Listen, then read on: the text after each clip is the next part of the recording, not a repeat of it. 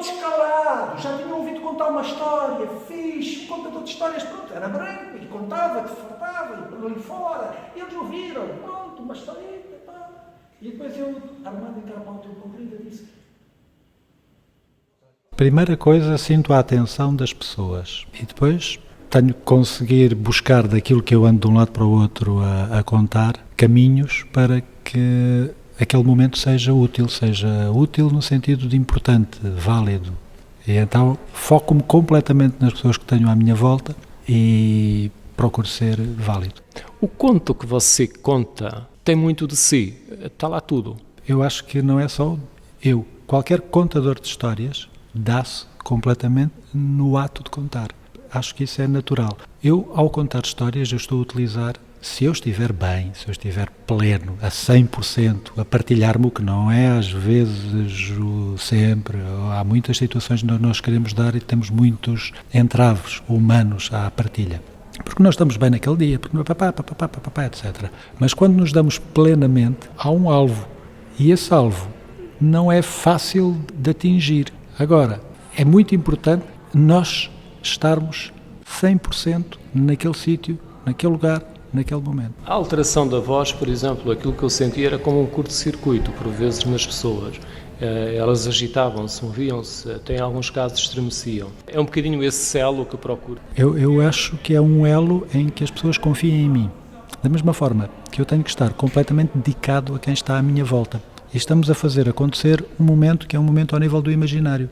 Isso é o trabalho do contador de histórias. Tem que acontecer alguma coisa naquele momento, naquela hora, naquele instante, no contexto daquele encontro. Se isso não acontecer, o contador de histórias esteve menos presente do que deveria ter estado. Essa é a minha demanda. Nesse esforço, ele vive muito do improviso, no seu caso, ou não? Há sempre uma linha. Se eu decido contar um conto, esse conto é a viagem. Depois, há tudo o resto que é a relação com quem está. A relação com quem está é construída durante um determinado tempo físico. Ela não vai acontecer logo no primeiro instante. Eu vou procurando cativar, de certa forma, procurando que as pessoas confiem em mim, confiem na viagem que vamos fazer. E, portanto, o jogo é esse. Elas já sabem, quando vêm ouvir contar histórias, que, em princípio, eu vou contar uma história. E depois eu logo vejo qual é que vou contar, é o primeiro dos grandes problemas. Nós temos um repertório, maior, menor, depois, e temos momentos. Instantâneo, todos a uma. Eu disse, o que é que se está a passar aqui? O que é que eu não percebi bem? Também não percebi. Só que eles estavam tão calados e tão lá dispostos que olha, já tinha aí a história na cabeça, claro, que agora vou contar uma história de cada pé. Então eu já tinha pensado, então eu já sei qual é a história que vos vou contar agora, para homenagear o Alas. Eu na altura também tinha, então disse a história naquela, na boa, vamos respeitar a cultura tradicional cabo-verdiana. Os cabo-verdianos da tradição, como o Alas, antes de começar a contar histórias, diziam-se a história. A malta respondia futuro e de céu aberto, mas ele não respondeu futuro e de céu aberto, mas a atitude tiveram. Se me permite, eu acho que há aqui um engano linguístico. Então, no seu caso, eu acho que ele é muito presente. Eu acho que você não conta a história. Eu acho que o que há é uma vivência da história. Sim, digamos que toda a minha carreira de contador de histórias eu caminhei para aí. Há teoria sobre esse assunto que coloca o importante não é contar a história, é que aquele momento aconteça. Os anos vão passando, já vão 20 e muitos anos, quase 30 anos de carreira, como contador de histórias, e cada vez mais eu avanço para esse ponto. De facto, nós estamos aqui uns com os outros. A história é o objeto que me ajuda a fazer esse caminho. Relativamente àquilo que agora acabou de dizer, todo esse processo é um processo de estrada, de aprendizagem, ou na fase inicial já levava uma grande quantidade de competências que lhe permitia estar, digamos, à vontade? Isso agora deixei os teóricos falar. Eu falando, a minha experiência é que é estrada. Agora, há muita gente que me olha e diz, vê-se logo que ele era ator. De facto, eu fiz formação de ator, eu tinha um corpo trabalhado, eu tinha uma voz trabalhada para a competência de ator, e são duas competências úteis para um contador de histórias. Mas como eu fiz esse caminho, eu digo, e olho para ele por dentro, digo, não, quando eu comecei a contar histórias, a vida mudou. Eu deixei de ser ator, passei a ser contador de histórias. E eu tenho uma carreira de quase 30 anos de contador de histórias.